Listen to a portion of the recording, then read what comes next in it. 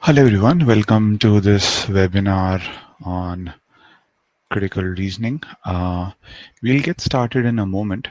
I am just waiting for a few more participants to join.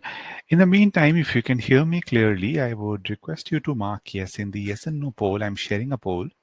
If you can hear me clearly, then I would request you to please mark yes, and we can get started as quickly as possible.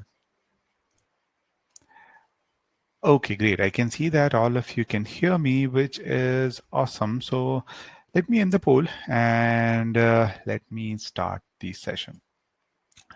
So first of all, before we get started, let me very quickly introduce myself. Those of you are attending the webinar for the first time, my name is Saqib and I'm going to be a host today.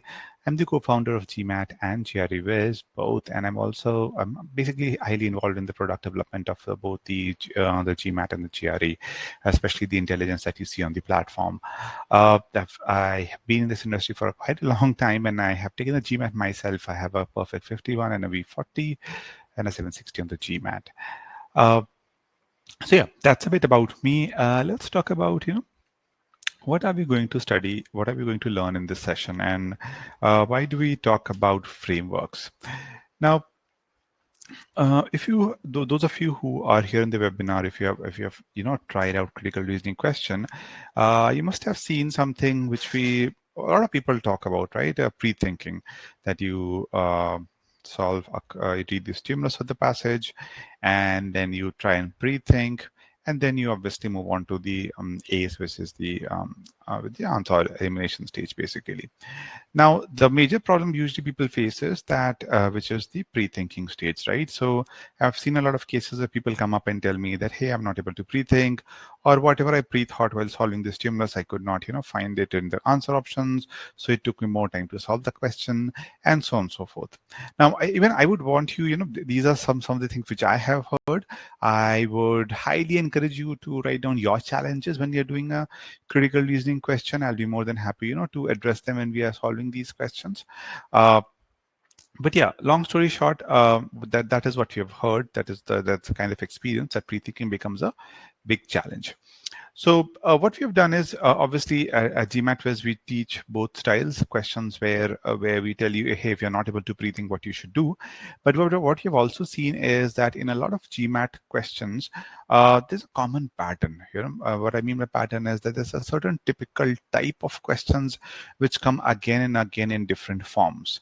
And what we did was we kind of divided those into different buckets, which we usually call as frameworks. And we are going to talk about the four most common kind of constructions or the question patterns, and how do we apply these frameworks. So, okay, we have developed this framework, but how do we universally apply it in all the questions or the questions of those types? How do we identify those kind of questions?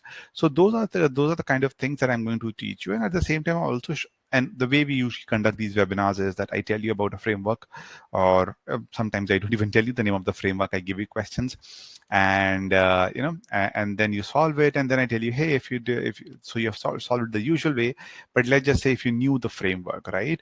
How would you have solved the question using that framework? So then you will actually be able to see how powerful these frameworks are. Okay, so long story short, the main agenda is, by the end of this webinar, you should be confident enough to apply or understand all the four types of common frameworks. You should have a clear understanding on how you need to apply them, and during the pre-thinking stage. And while solving these questions, I'm also going to talk a bit about, what to do when you are struggling with this pre-thinking, when you come across questions which, well, let's say frameworks, you're not able to apply the frameworks. What do you do in those cases? Okay. So yeah, that's about it. Once again, as I said, please put in your, just write down in the chat box what kind of challenges you are facing in the critical reasoning question. I want this to be an interactive session. So, I've been doing a monologue for the past 5 minutes, so it would be great if you can let me know your thoughts, your challenges. Now, as I mentioned, I've already talked about this, that the objective is that most of the times you are clueless about the framework. And because of that, sometimes this is one of the biggest problem that people do. Some students do end up doing the incorrect assumption, or even, when you're forced to pre-think, And if you're not able to, then you come up with certain wrong assumptions also, you move in the wrong direction. So those are things also we are trying to really help you to understand how to, tackle these. Now, the four most common kind of frameworks, and these frameworks, by the way, can be applied to all the assumption family questions, which is assumption strength and weak and evaluate. You can definitely use it. One which is a very common framework, and I think very, very frequently seen, is the plan goal framework, which we're definitely going to discuss in the webinar. Plan goal frameworks are pretty simple. You'll see in stimuluses where they'll talk about, someone wants to do something, someone has a plan to do something, and to achieve that plan, someone might have a goal. Like say, for example, hey, reduce the traffic in a particular city, and to achieve that goal, so the government may come up with a plan. Okay, so those kind of questions might be there, and these are questions where we might have to, we will have to figure out whether how do we strengthen or weaken the conclusion, or what might have been the assumption while coming up with the plan. So we have seen a lot of questions like these, and there are a lot of common structured frameworks that you can use to solve such questions. The second, obviously, these, I would say the most two common ones are these two, by the way. Causal frameworks are something that you'll see quite frequently, which is simply, where in the conclusion might have a causal relationship, like X would be leading to Y, something like that, Um, and the important thing here to note here is that the conclusion should have a cause and effect. Now, this is a common mistake that a lot of people make, that when they're reading the stimulus, the cause and effect might just be there in the premise also. That is not a causal argument. A causal argument would be one where, after giving all the facts and whatever information, uh, the conclusion would be framed in such a way that that the conclusion would have some kind of a cause and effect, like thus X would lead to Y, something like that. Okay, and don't worry, I'm going to talk about this in detail. Causal and plan goal are something which I'm going to cover in detail today. There are two more other types of frameworks. One is the comparison framework, where you might be given a stimulus where two different kind of scenarios would be compared, and the stimulus might be talking about, one is better than the other, and you will have to either strengthen that or weaken that in some way or the other. Quant-based questions, by the way, sometimes you might get these as standalone quant-based questions. Questions which are based on revenue, profit, population increase, decrease, those kind of things do come under quant-based questions. But keep in mind, quant-based questions I've seen quite frequently. Sometimes quant-based questions, plan goal questions combined with quant-based questions, or causal questions combined with causal questions combined with quant questions.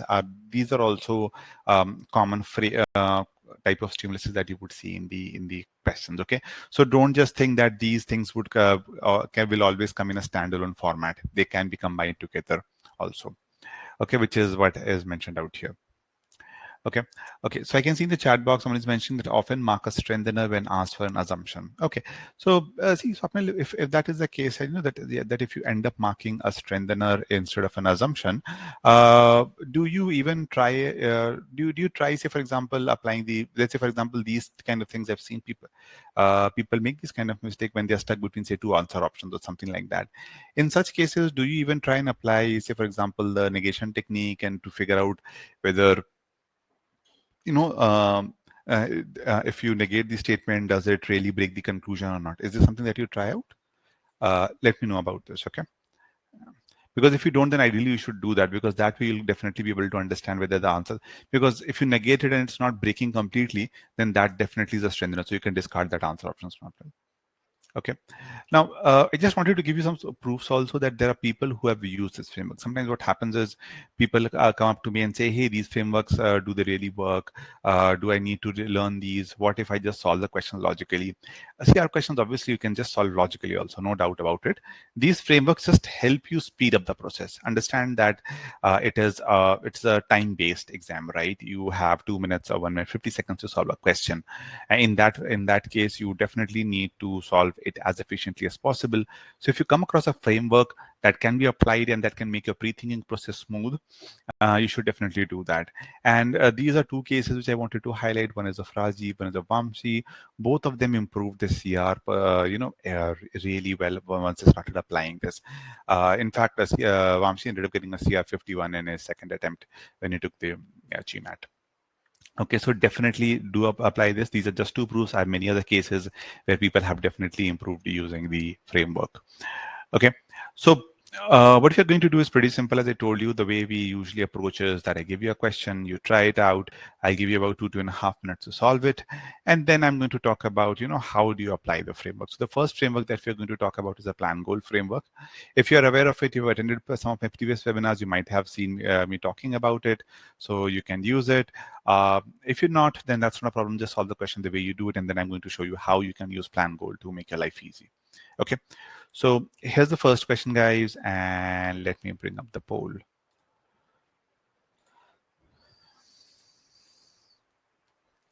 Once you're done with solving the question, please mark your answer in the poll and not in the chat box, okay? And I would encourage all of you to try it out, even if you get it wrong. If you don't know, that's not a problem. Just try and solve logically, and then we are going to discuss. Okay, Swapnil, you're saying you don't apply it often. I would recommend do it, always try and do it. See, especially in questions where you're stuck between two answer options.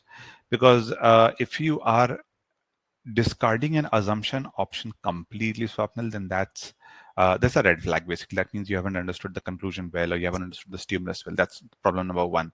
Let's say, for example, if you say the questions where I eliminate all of them and I end up marking a strength there, then in that case, understanding of the stimulus and understanding the conclusion is a problem. But let's just, if you're stuck between two answer options and then you end up choosing a strengthener, then in those cases, definitely go ahead with applying the negation technique, because that would help you figure out which one exactly would impact the conclusion more. Okay. Okay, guys, try out this question. You have 2 minutes to do this one.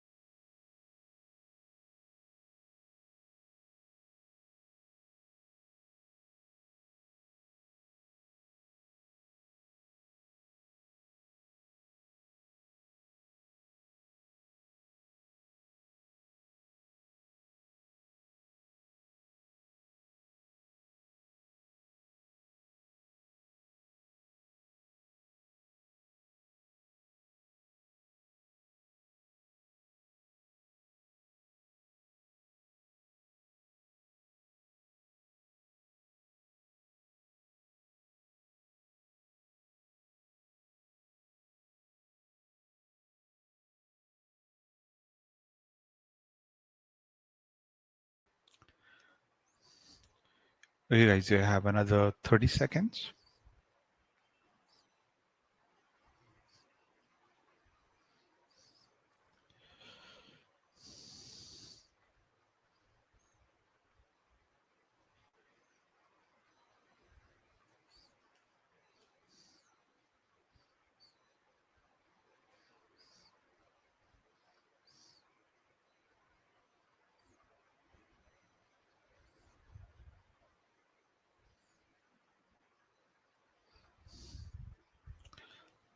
Last 10 seconds, guys. Once again, I would encourage everyone to put in the responses.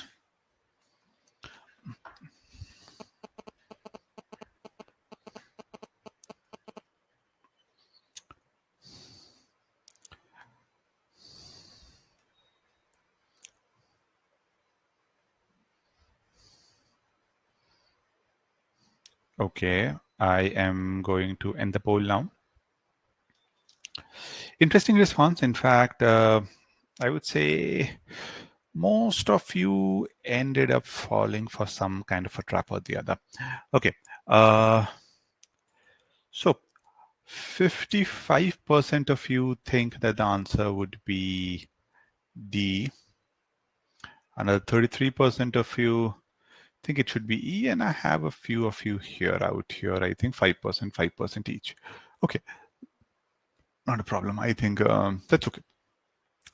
Now, obviously, there are 2 to 3 things that I wanted to teach you. One obviously is how to apply the plan goal framework. But there are other things that you can definitely learn from this. Number one would be how understanding, you know, what are you, let's put it this way, understanding what exactly is the conclusion. Now, this might again seem trivial, but a very, very important thing, because you might end up, if you don't understand this properly, then you might end up choosing the incorrect answer option. And the second is related to uh, alternate plans which are mentioned in the options. Okay, I'm going to talk about this also because it's very common kind of an answer option which is wrong, but a lot of people end up choosing this again and again. So yeah, so think of it like this, that these are 3 things that we are going to touch upon. Now, as far as the framework is concerned, obviously, as I mentioned, that you have to understand the stimulus really well. If you don't understand it, then obviously, when you go to the pre-thinking stage, you will not be able to apply the framework properly. So once let's start reading the stimulus very quickly. First sentence is pretty straightforward, right? In South America, there's a vitamin A deficiency is a serious health problem, okay? Especially among children. So that's a fact. So we simply call it a premise. A is a deficiency, vitamin A. Now, in one region, so now they're talking about one particular region, agriculturists are attempting to improve nutrition by encouraging farmers to plant a new variety of sweet potato called SPK004 that is rich in beta carotene. Okay, so obviously, and which the body converts into vitamin A. Obviously, you can go through the whole sentence, but this is a fact again, it's a premise, right? So this is something that the agriculturists are attempting to do. Okay. Now, there's one thing okay, I'll talk about that the next slide, don't worry. But I hope till this part it is fine. Now they're saying the plan has a good chance of success. Since is a premise marker, right? So you'll have to understand which one is a premise, which one is a conclusion. So they are saying that the plan has a good chance of success since sweet potato is a staple of the region's diet and agriculture, and the varieties currently grown contain little beta carotene. So from here till here, which I think would be underlined, uh, is the conclusion. The plan has a good chance of success is the conclusion, and as I said, it is a premise marker. So the remaining part, the third part, contains both the conclusion. Let me rub my pen mark. It contains both the conclusion and the premise. Now, what you need to understand is that this portion which I wanted to talk about, that this part presents a plan and goal. And how would you understand that that they have given a plan and goal? In most of the plan goal question, you would see phrases like this: in order to improve something. Basically, in some way or the other, there would be some kind of an intent to do something. Okay, intent. And so here, the intent is to improve nutrition. To improve nutrition by doing what? What is the plan? The plan is, this is your goal. Goal is to improve nutrition. And the plan is by planting a new variety of sweet potato. Okay. So this is one way for you to understand while reading the stimulus, what are you dealing with, or whether a framework can be applied or not. So to understand whether you can apply a plan goal framework, you can just look for these kind of phrases: in order to do something, or the government plans to do something, or the agriculture plans to do something, or in order to do something. Okay, so once you've understood this, you can obviously apply the framework. And in that case, as I said, you have to identify the exact plan and the exact goal. So in this case, as I mentioned, the plan obviously is to plant the new variety of potato, which is SPK004. Okay, and obviously the goal is to improve nutrition. Now, why I want you to focus on this part, that the goal is to improve nutrition, is because just maybe if you're reading if you read the stimulus very quickly, then what you might end up doing is that in your mind, you might end up thinking, oh, I am, planting potatoes because I want to improve vitamin A. Obviously, I want to improve vitamin A. That's not a problem. That actually is going to happen because the sweet potato would, contains the beta carotene, and the beta carotene, the body would convert the beta carotene into vitamin A. But the main goal is to improve nutrition. and they would be improving nutrition by improving vitamin A. Okay, so vitamin A is like the fringe, the last part of it, but the main goal is to improve nutrition. So that definitely should be clear to you. Okay, so once that is clear, what is your plan, what is your goal, then you start following the guidelines. Now this is the important guideline. If you understand these guidelines well, you would be able to solve any plan goal question, because you just need to ask yourself three different questions. Okay, the first question you need to ask yourself is, hey, what is happening during the planning phase? I'm planning to, plant the new variety. Is there a problem that can happen during this? Okay, so what kind of steps are they taking to formulate the plan? Okay, is there anything that they haven't considered, or is there anything that can impact the plan? So in this case, if I'm planning to, grow the SPOK, if I'm trying to do that, then obviously there's an assumption out here, right? I'm assuming that they can be grown successfully. If they cannot be grown successfully, the plan doesn't make any sense. Okay, so you need to ask yourself in when you're pre-thinking, you need to ask yourself during the planning phase, there must be an assumption. The assumption is that the conditions are suitable, because if they are not suitable, I will not be able to grow SPK 004. Let me simply call it sweet potato. Okay, so the plan will fail, right? So one of the strengthener, or the one way you need to think about it, is that the author must have assumed here in this case that the region or where the condition that I'm trying to grow in is a favorable condition for the sweet potato. Okay, then you need to ask yourself, when I'm executing it, what can happen during the execution stage? So we are encouraging it, so what else can happen? Now, are there any negative problems of it? Let's say, for example, I've grown it, and let's say I don't like it. There could be nutrition problem. People might not like it for other reasons, right? So if they have, so here, notice the stimulus just talks about vitamin A and nothing else. But my main goal, as I mentioned, is to improve nutrition. So if I've executed it, after I have those sweet potatoes, SPK 004, what if they lack other nutrients? If they lack other nutrients, then obviously my plan might fail. So one of the strengths would be that the agriculturist must believe that these SPK04 do not lack any other nutrients. Okay, so one assumption was they can be grown. The other assumption is they do not lack any nutrients. And obviously there could be anything else between the plan and goal, or there could be anything else that can affect it out here. Like, as I mentioned, one of the things could be that here I'm assuming that the people would eat the new variety of sweet potato. Okay, they're assuming that since sweet potato is staple, it's fine. But what if, they don't like the taste of the sweet potato, new variety of sweet potato? Then they're not going to eat it, right? If they're not going to eat it, then obviously the vitamin A or the improvement of nutrition is not going to happen. Okay, so understand and look at what I'm trying to do here. What I'm doing out here is that I am thinking in all the three stages of it. Or you can think about it just one sec. The way I'm thinking about it is key when I'm planning, is there any gap that I'm missing on? Just focus on the gap. So during the planning phase, the gap is, or the assumption is that I can grow it. Okay. Once it is grown, or once it is executed, whatever you want to call it. In this case, the execution or after the execution would be that it doesn't have any other problem. While I'm growing it, the sweet potato does not lack any other nutrients.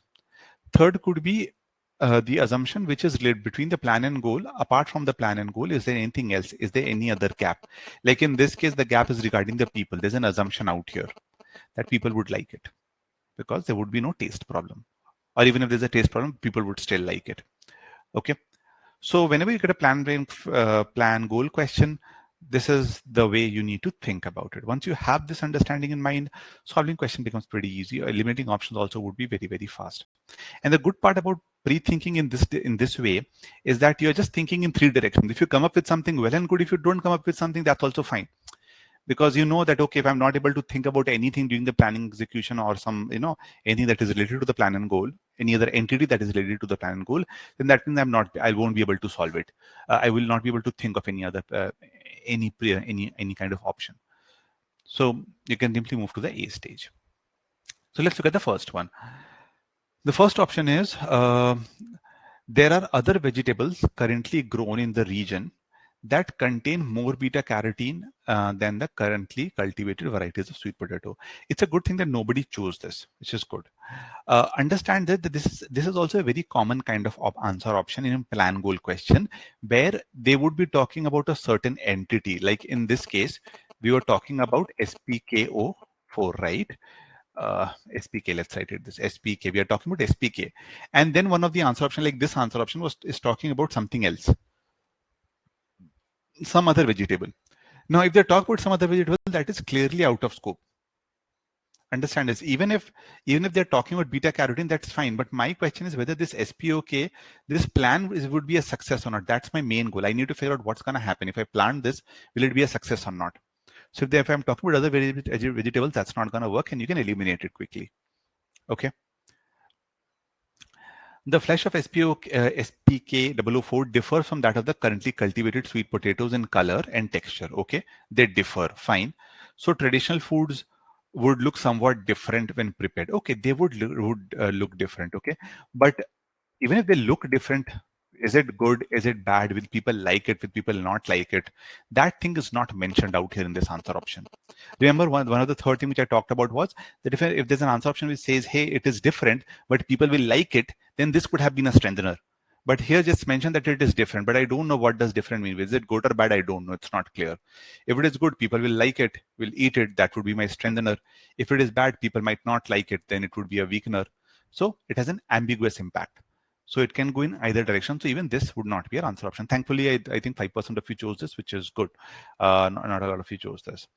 Now, option C is, for the successful cultivation of SPK, a soil significantly richer in nitrogen. For the successful cultivation, a soil significantly richer in nitrogen is needed and is needed for varieties of sweet potato currently cultivated.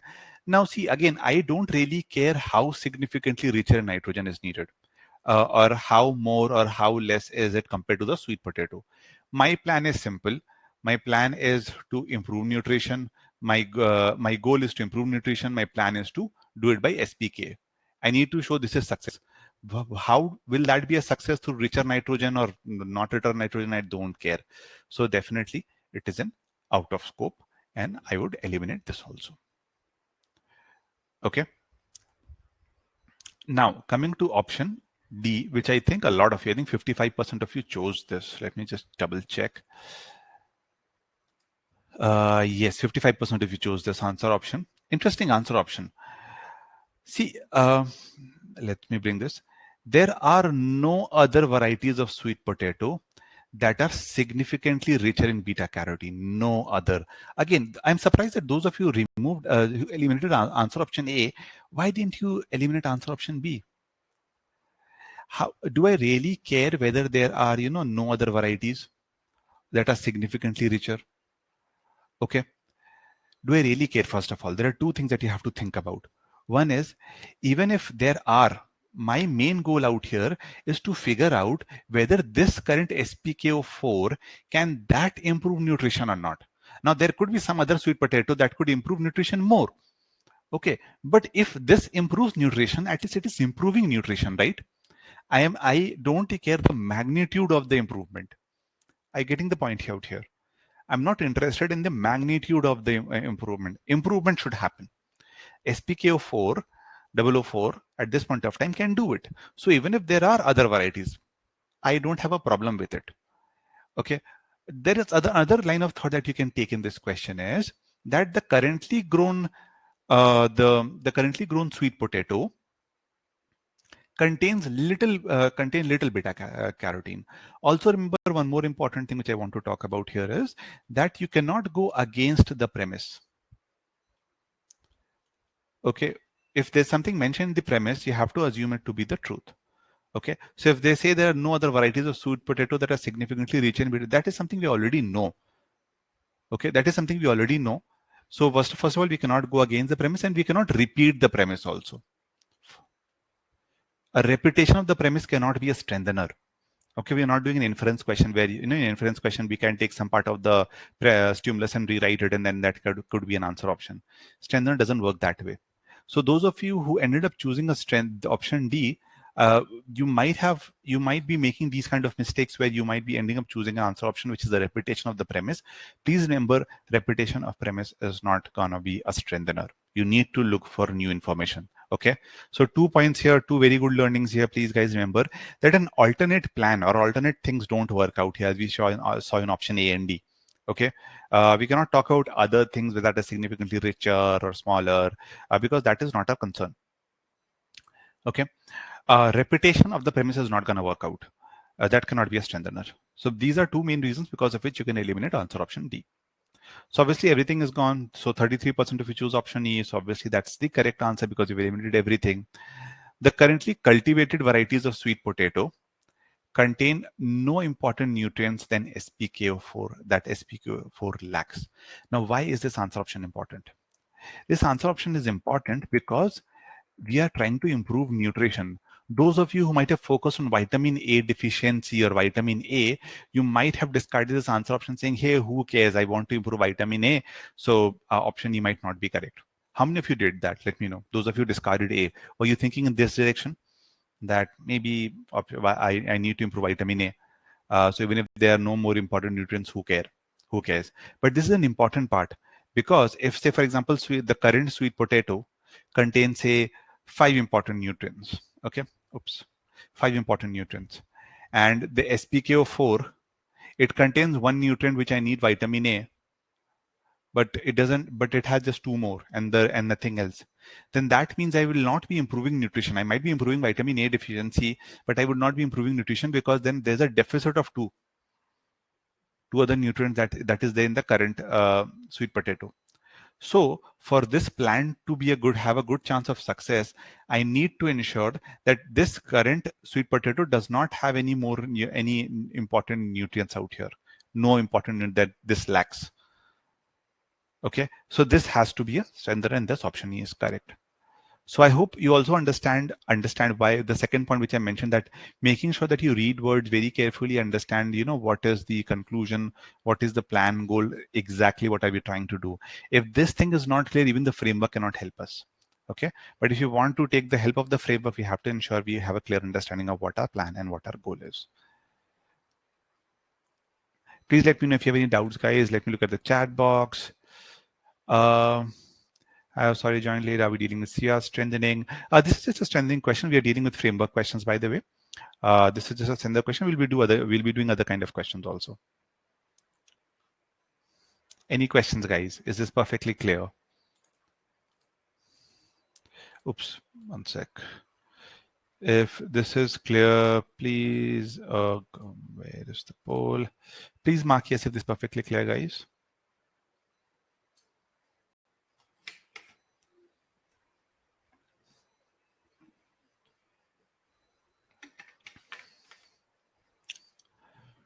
Abhishek, this falls between the 650 to 700 level question.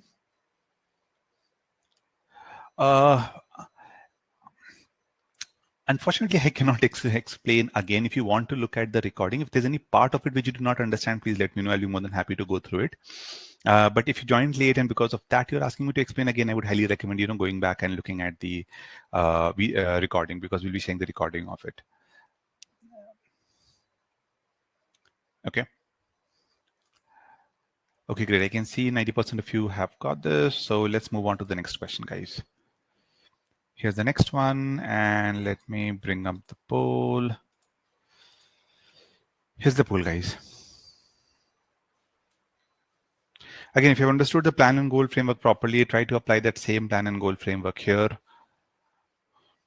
Try and think from the planning stage, execution stage, and try to also think what else is related between the plan and goal that can affect the plan as well as the goal.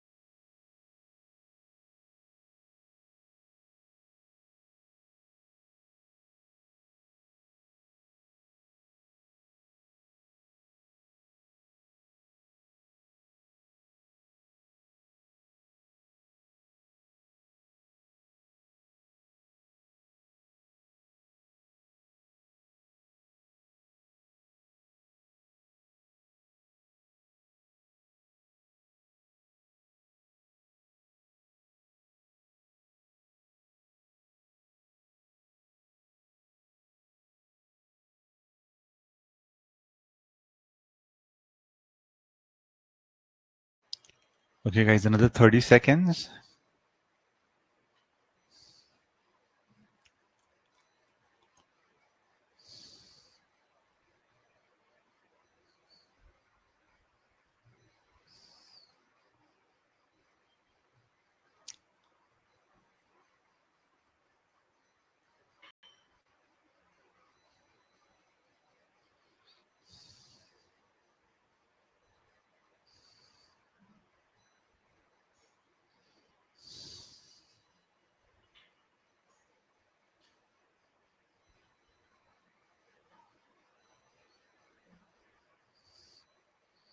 Okay, last 10 seconds, guys. I would encourage all of you who haven't responded yet to please do so.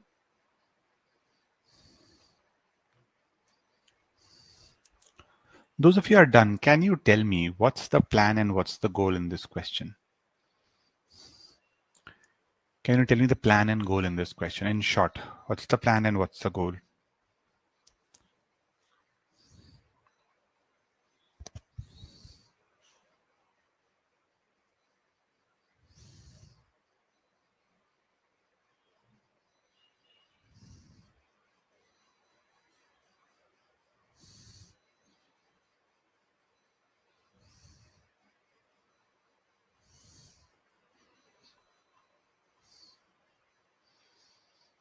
Anyone?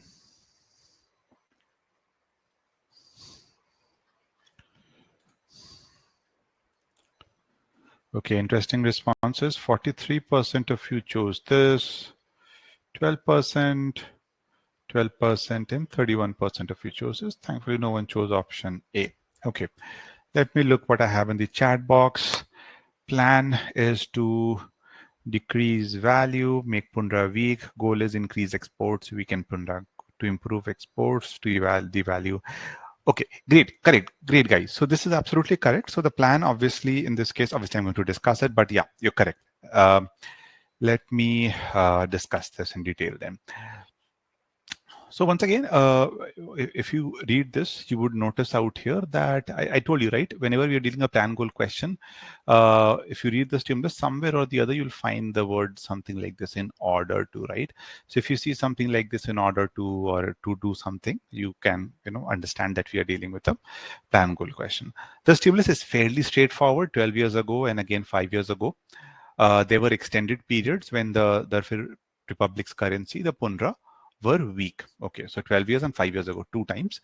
Its value were unusually low relative to the world's most stable currency. So there were some stable currencies relative to that. They were unusually low. That's important.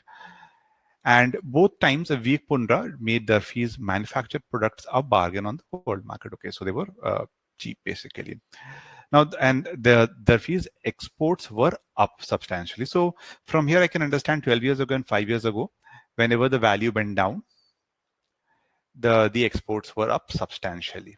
Okay, so focus on these words also, like substantially, unusually low, just to be clear to understand the magnitude of it. Okay, that's very, very important when you're doing CR questions. Now, some politicians are saying, again, in order to create another similarly sized increase in exports. So I want a significant increase in the exports again, significant.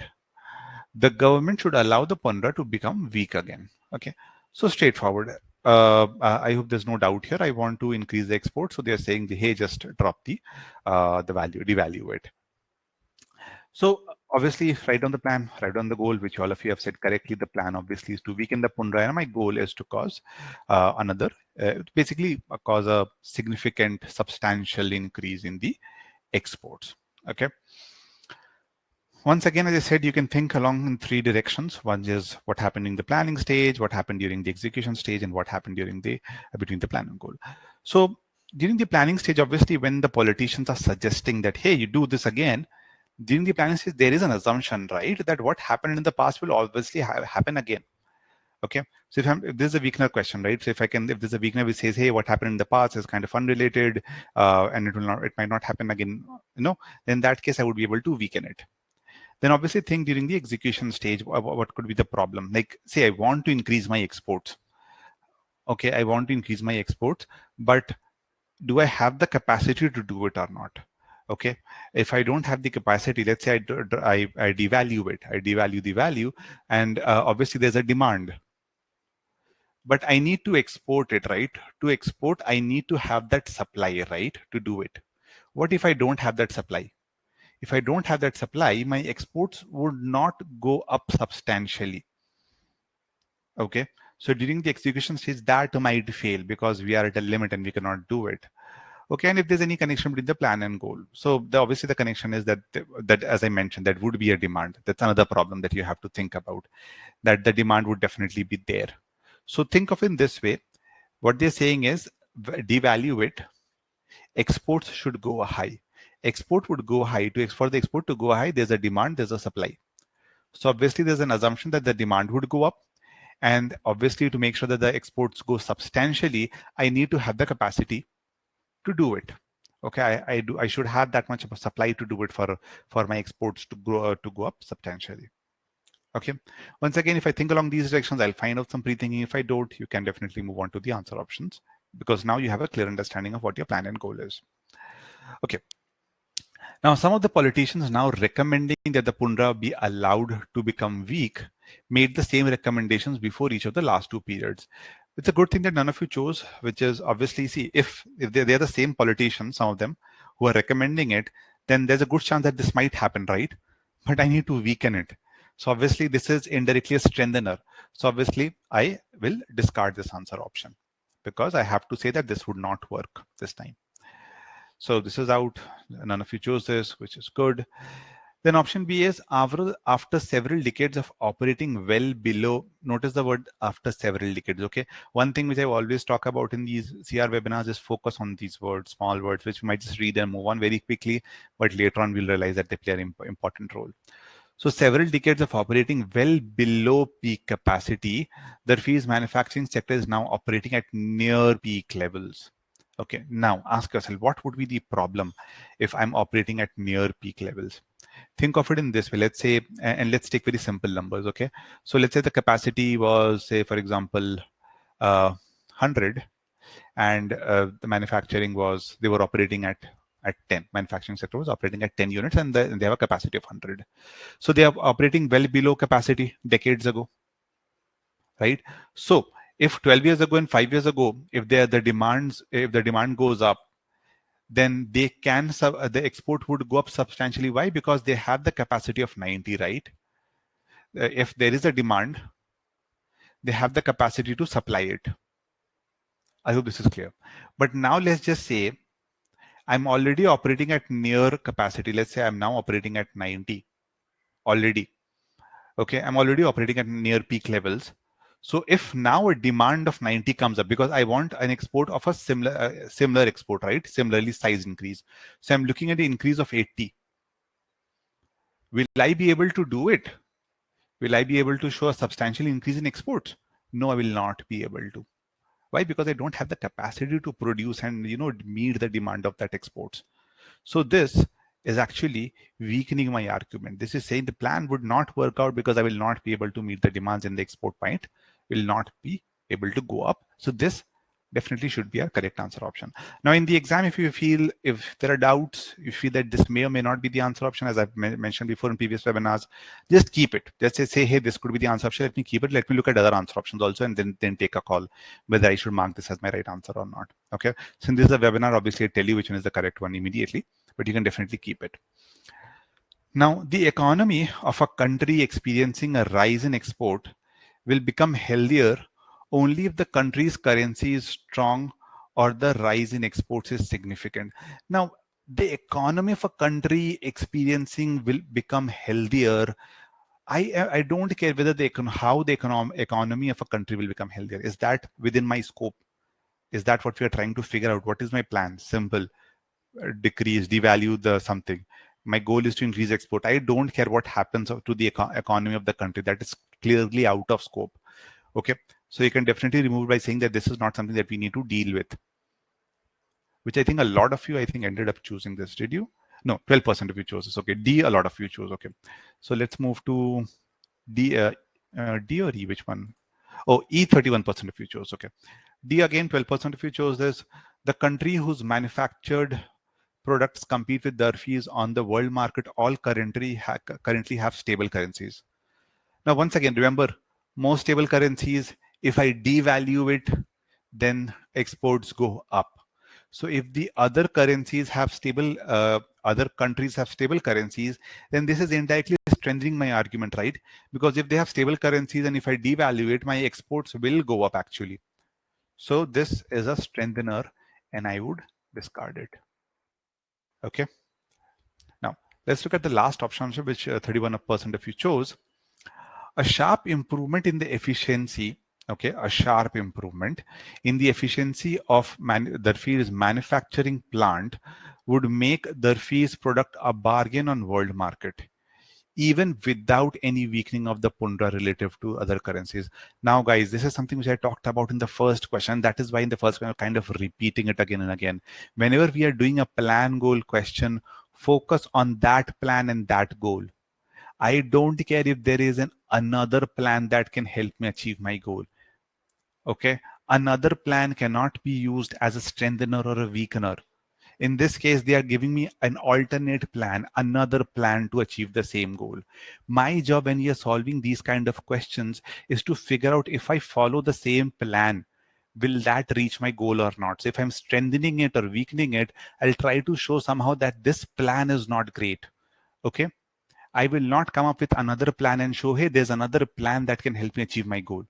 Because logically, think about it. Yes, there could be another plan that could help you reach the goal, but that doesn't tell you whether the current plan is, not good enough to achieve the goal or not.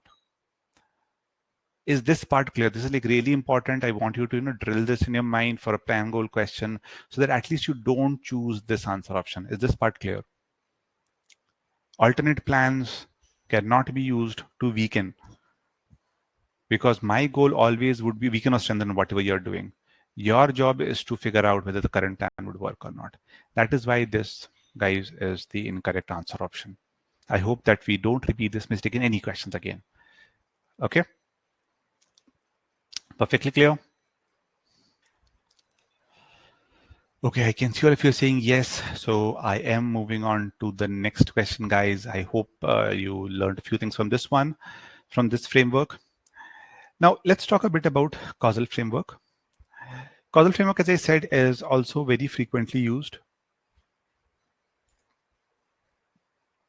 Okay. Okay, I can see a query. Just one sec.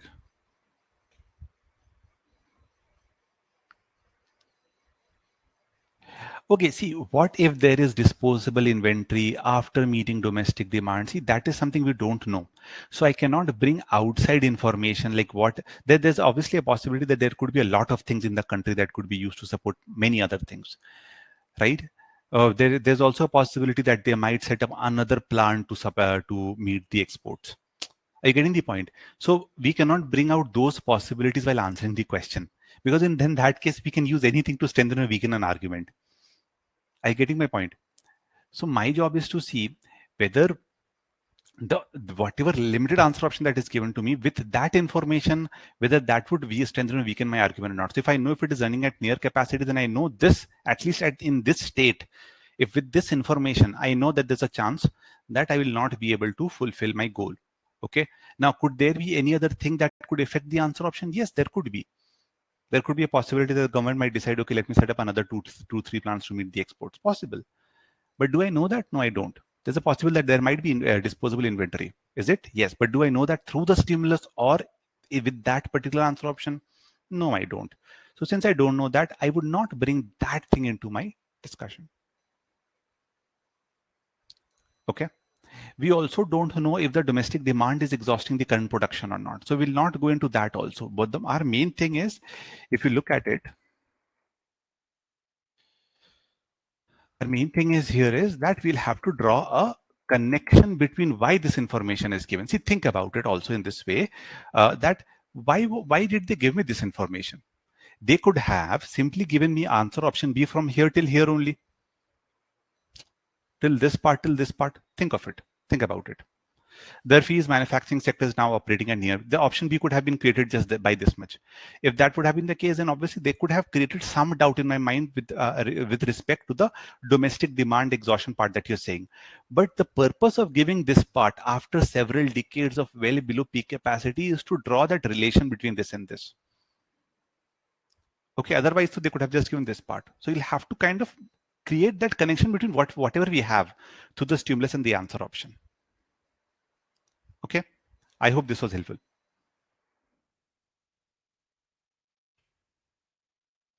Now coming to the causal framework.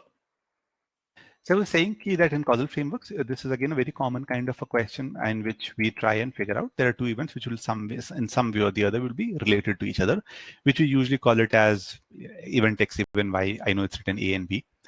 A very simple example would be like this, which is I usually use as to understand is that you may see, again, remember in plan goal question, I talked about in order to. In causal questions, you'll see phrases like this or words like this: caused, led to, resulted in.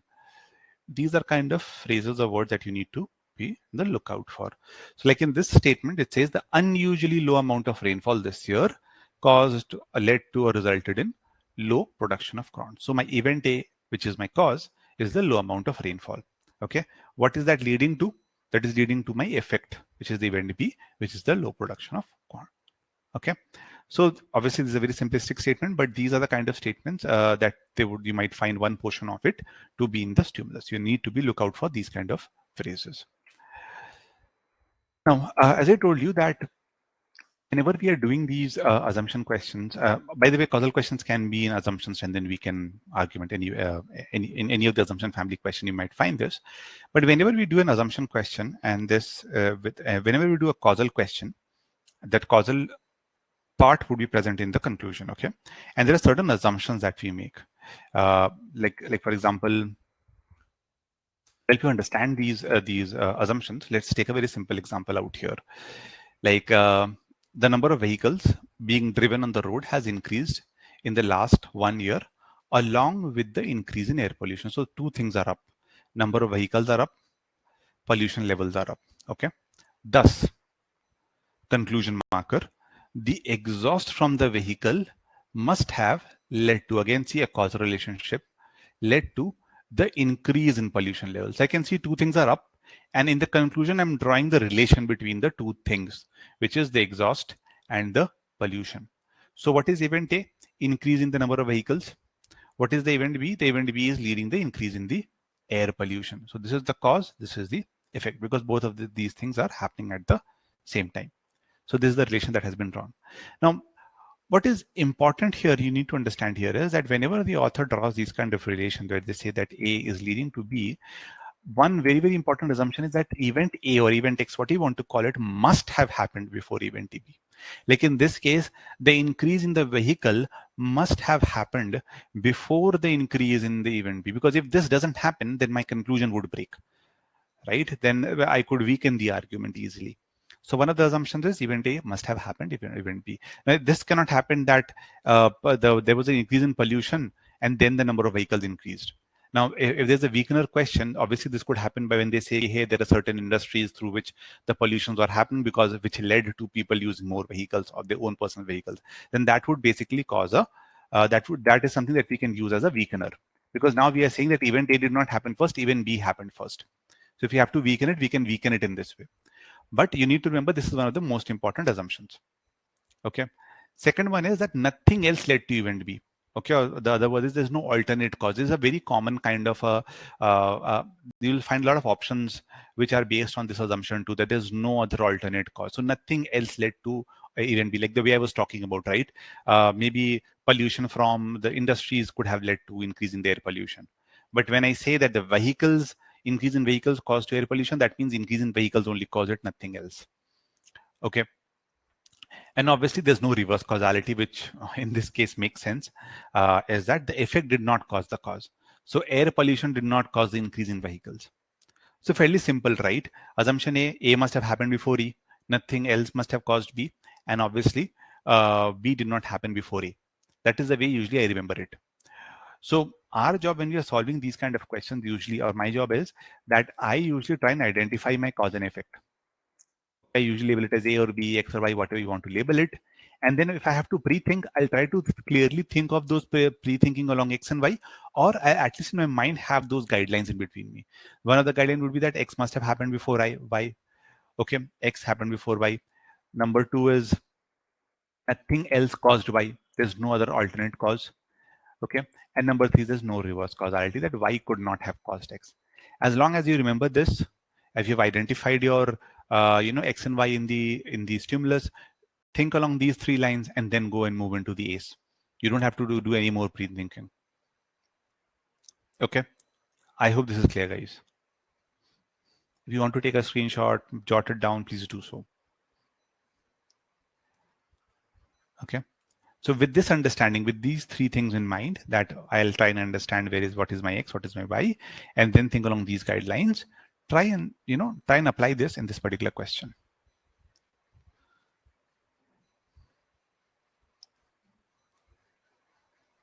In fact, I think we did this in our last webinar, guys. Let me give you another one, just one sec.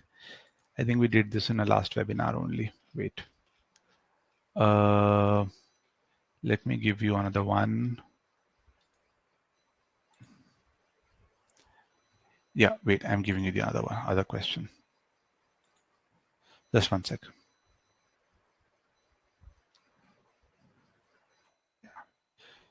Try this one, guys. Try this one. And let me bring up the poll.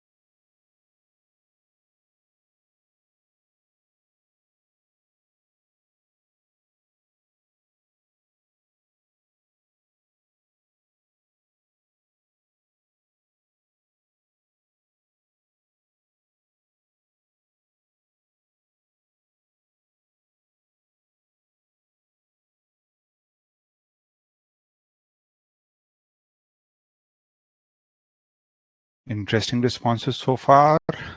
I'll give another 30 seconds and then we will start the discussion.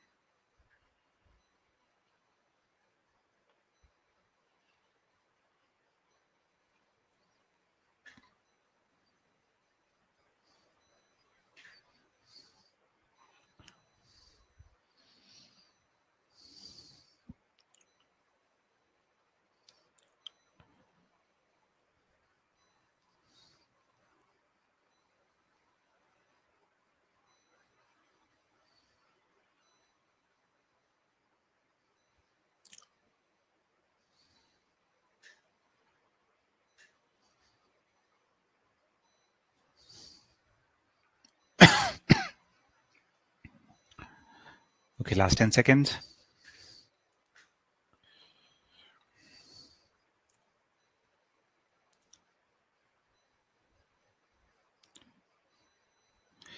Can anyone tell me in this case, those of you are done, what is the cause-effect relationship out here?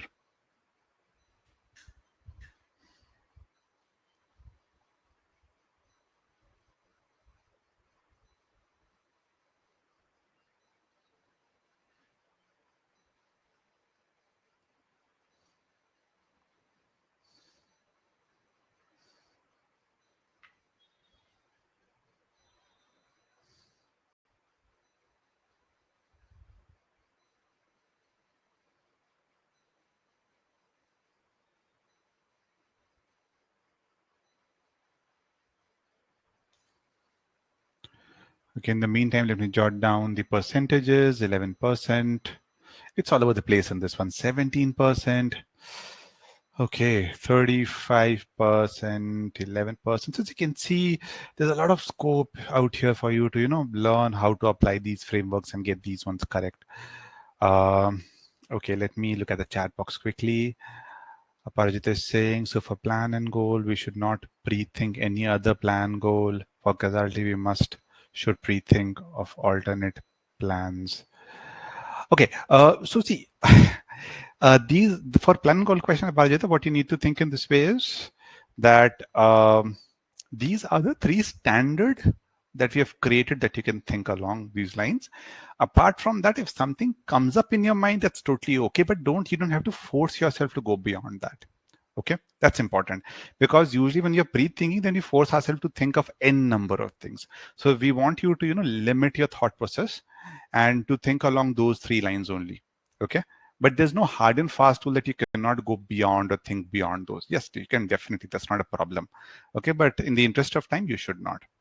Okay, for causality questions, obviously, if we are weakening it and if you want to, even if you're strengthening it, if you can show, hey, there's no alternate plan or the alternate plan would not work or something like that, then obviously you can think in that direction because you're trying to remove an alternate cause. Okay, so in that case, an alternate plan that would not work would still make sense if there's a causal relationship given there. But usually those two things are very rarely combined. Okay, Sandeep is saying what cause is it grows with high metal effect produces histamine, cause histidine production, effect growth in. Okay, good, fine. Okay, good. So I think most of it for you, most of you, it's pretty clear. Apajita, I hope that answers your query. By the way, if you still have doubts, please let me know. Now, coming to the discussion for this one, the stimulus obviously has a lot of facts given out here. The first thing is that a certain cultivated herb is one of a group of closely related plants. So group of closely related plants that thrive in soil with high concentration of metals. And these metals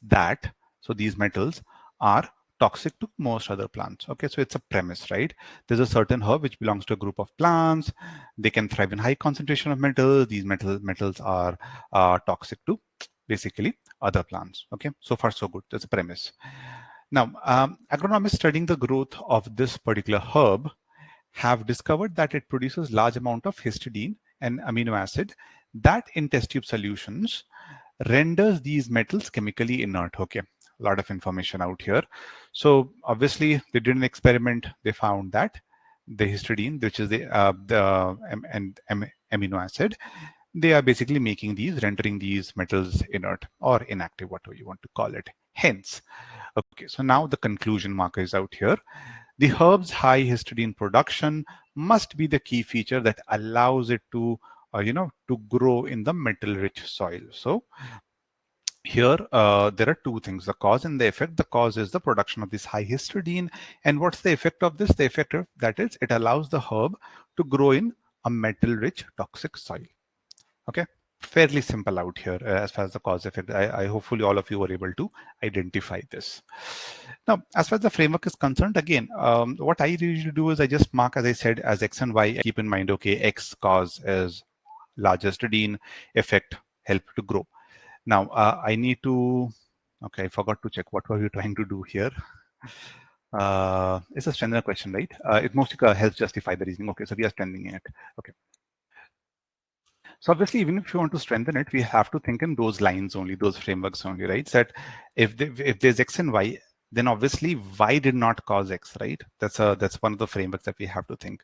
Like the metal-rich soils are not responsible for the high quantities of histidine. The opposite is not happening. It's like we are producing histidine to be able to thrive in that toxic soil, or there's nothing else that is causing Y. That is also that we need to think about it. So herb does not have any kind of adaptation, or something else from the herb is not actually causing or making the soil inert or helping it thrive. Let's call it that way. Okay, that it is not the amino acid which is making the soil inert, but something else that is causing the Y. Okay. Obviously, in when we are doing standard questions, there are other things also that that you can think about, is that obviously if X is not happening, this is not, by the way, I haven't discussed. There are two more things that you can keep in mind. This is 3 and 4. 4 will also come up. That if histidine is not present, then Y will not happen. Okay, which obviously is in one way or the other makes sense, right? If I say that there are certain plants, there are other plants there that do not produce histidine, they cannot thrive in the metal rich toxic soil. So that is another way to think about it. And obviously, this is an important one. If and only if X is there, then Y happens. Like histidine, if it is present in other plants also, then that plants also thrive in metal-rich toxic soil. Okay, this was something that wasn't discussed in the frameworks. I wanted to highlight it here, these two. But usually these are the way you need to think about it. And obviously X must have caused Y is obviously there. X is causing Y, Y is not causing X. We have already discussed this. Okay, so I hope this is perfectly clear. So what you can do is you can write down these things in during the exam, or you can, what I usually do is I just write down this portion in my in my piece of paper. As long as I have this and it is clear to me what is Y, what is X, that is enough for me to answer my question. That is how I roll. I hope till this point it is perfectly clear. Now let's look at the answer options that 11% of you chose this. The herb can thrive in soil that does not have high concentration of toxic metals. Now understand, guys, those of you who are choosing this, I would recommend that you work on scope of an argument. Before learning frameworks, it is important that you understand what is the scope of an argument. This is for that you can go through CR1 webinar, or obviously through the course, because see, those of you choosing this, you're not focusing on the domain in which, or the boundary in which we need to think about this. My goal, or my the stimulus is basically talking about the herb, histidine, and obviously how it thrives in a toxic metal rich soil, right? So whether it can survive in soil that does not have high concentration of toxic metal is beyond our scope. Okay, that doesn't fall in our scope, and ideally you should have eliminated this very quickly. Okay, should be no scope of this one. Even if you don't know the framework, at least just based on the scope of the argument, you should be able to get rid of this one. Okay. 17% of you chose this. Let's look at this one quickly. The herbs, okay, high level of histidine production is associated with an unusually low level of production of some other amino acid. Again, understand this. Okay, there's a herb, there's a high level of histidine is associated with lower level of other amino acids. So what? Ask yourself, do I really care? What am I trying to figure out? I am saying that the herb's high histidine production, allows it to grow metal rich soil. That is my conclusion. Now, whether due to the high level of histidine, if something else happens, whatever else happens, if that is not related to the metal rich soil, I will not care about it. Ideally, I should eliminate it very quickly. Again, out of scope. Okay, so those of you chose A and B, if you did a guess, if you were guessing it, that's fine. But at least if you've understood the stimulus, you should be able to eliminate A and B quickly. Okay. Now, C, 35% of you chose C. Let's look at this. Growing the herb, okay, in soil with high concentration of metal will, over time, reduce their concentration in the soil. Okay, so now think about it. We have to, this is something that, let me put it this way, that growing the herb in soil with high concentration of metal will reduce the concentration is something that we already kind of know, right? Through the stimulus, we already know that it is making it inert first of all. Okay, so that is something which is, I would call, not as a new information, number one. And whether it reduces the concentration, is that what we are trying to figure out, whether it reduces the concentration or not? Okay, what are we trying to figure out? What we are trying to figure out is that the metals become inert, chemically inert. Okay, this is what we are trying to say. So whatever amino acid that we have, that would make it chemically inert. Whether it reduces concentration or not doesn't matter. Okay, I hope this part is clear, because we need to really understand what are we trying to figure out here. We are trying to say that my X is causing Y. X is allowing me to stay, allowing it to grow in metal-rich soil. Okay, so even if the concentration doesn't reduce, ask yourself, will it cause a problem? Okay, it won't cause us a problem, right? So that is why this is also not within our scope. This, I would not categorize it as a strengthener. Now in the exam, I can understand that this might seem like a very good answer option. Hey, reduces the concentration of the soil. This looks good. So you might want to keep it. And honestly, I would have also kept it. I would have thought, okay, this looks decent. Most probably this might not be the correct answer option, but let me keep it. Let me look at D and E, and then I'll take a call if I have to, whether C is the most strongest one, not because according to me it isn't. So D, the concentration of histidine in growing herb declines as the plant approaches maturity. Whether it declines or doesn't decline, whether it stays or doesn't stay, again, not within my scope. As long as it is making it inert, I am happy with it, right? As simple as that. So even this is out of scope, you can get rid of it. So D should be a no-brainer. At least A, B, D, ideally you should be able to eliminate very quickly. Now the fight could be between C and E maybe. Now, the others of the closely related group of plants. Okay, so remember we talked about closely related group of plants. Whenever you have in doubt, go back, look at it, see what was given in the stimulus. That's also very important. A lot of people think that if I have read a stimulus once, I should not go back to it. That's not the case. Especially in difficult questions, it's totally okay to go back and look at it. Okay.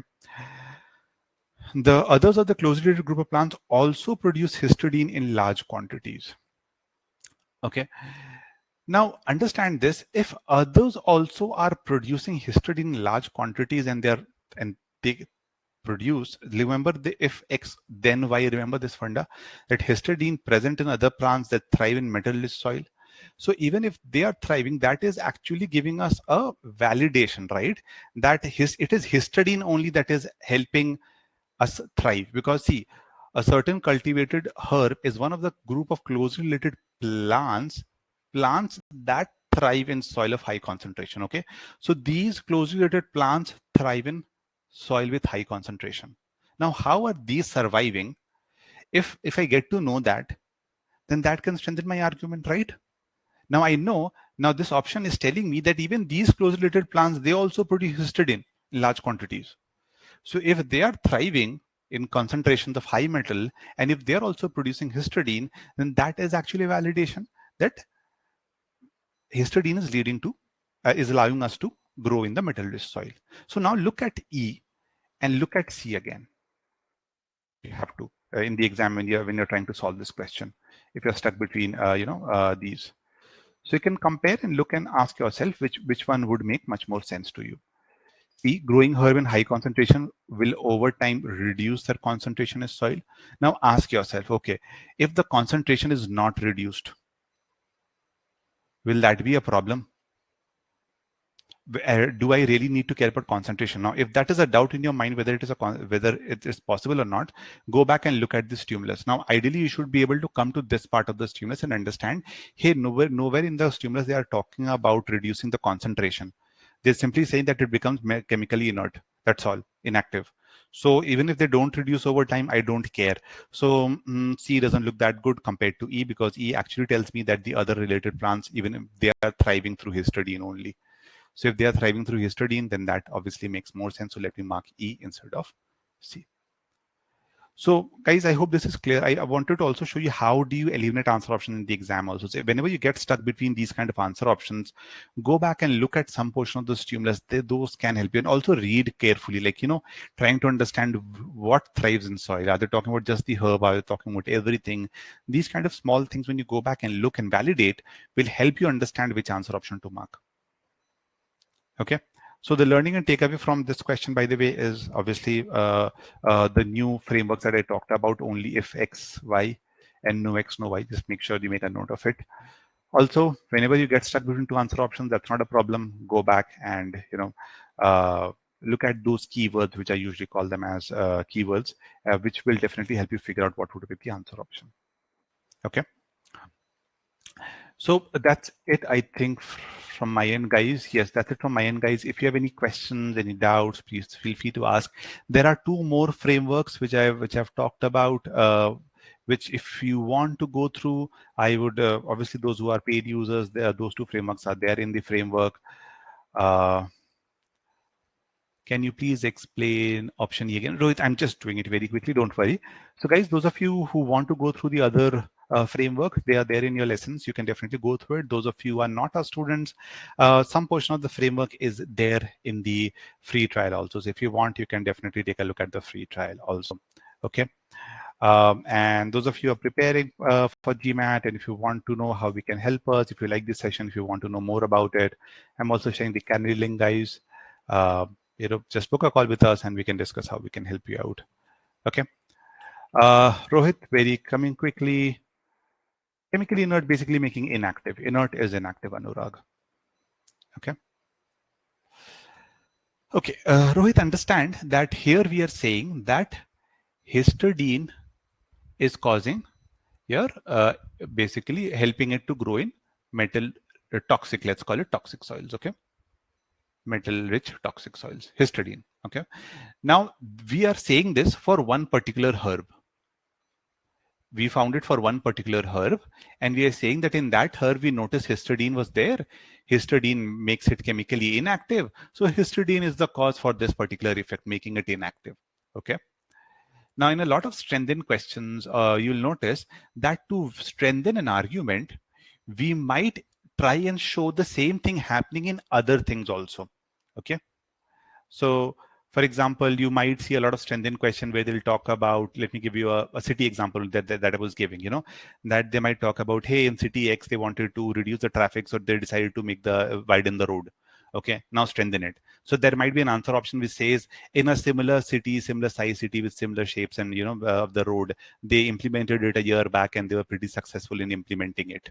So what are we doing? We're using the same thing, exact same scenario, and showing that it worked somewhere else also, some proof that it is there happening somewhere else. And option E is actually doing that only. If you notice the first line of the statement, it says a certain cultivated herb is one of the group of closely related plants, and these plants thrive in soil with high concentration. So these plants also thrives in high concentration. Now, how are these plants surviving? How are these plants thriving? Now, if I can show that even these plants that are thriving in these soils, they also produce histidine only, then that could be a validation. That could kind of tell us that, okay, even if they are producing a histidine, then that could be the reason, that must be the reason for them to be able to thrive in a toxic metal-rich soil. Okay, so I'm just drawing a parallel. I'm just trying to show, hey, this works in some other plants also. And that option is doing. Option is saying that the others also produce histidine only in large quantity. So that gives me a validation that if X, only X, this X must be the reason because of which Y is happening. I hope this is clear, Rohit. I hope this is clear to everyone else also, that these kind of similar parallel structure might also be there in other strengthen question also, where they might use a similar scenario in some other place and show, hey, it worked somewhere else also in a similar kind of a situation. If that is the case, then that definitely could be a strengthener. Okay, guys? Please let me know if you have any questions. Anything else, please feel free to ask. But that's it from my end, guys. I am there for another 2 to 3 minutes. If you have any questions regarding GMAT prep, this webinar, any questions at all regarding GMAT quiz also, please feel free to ask.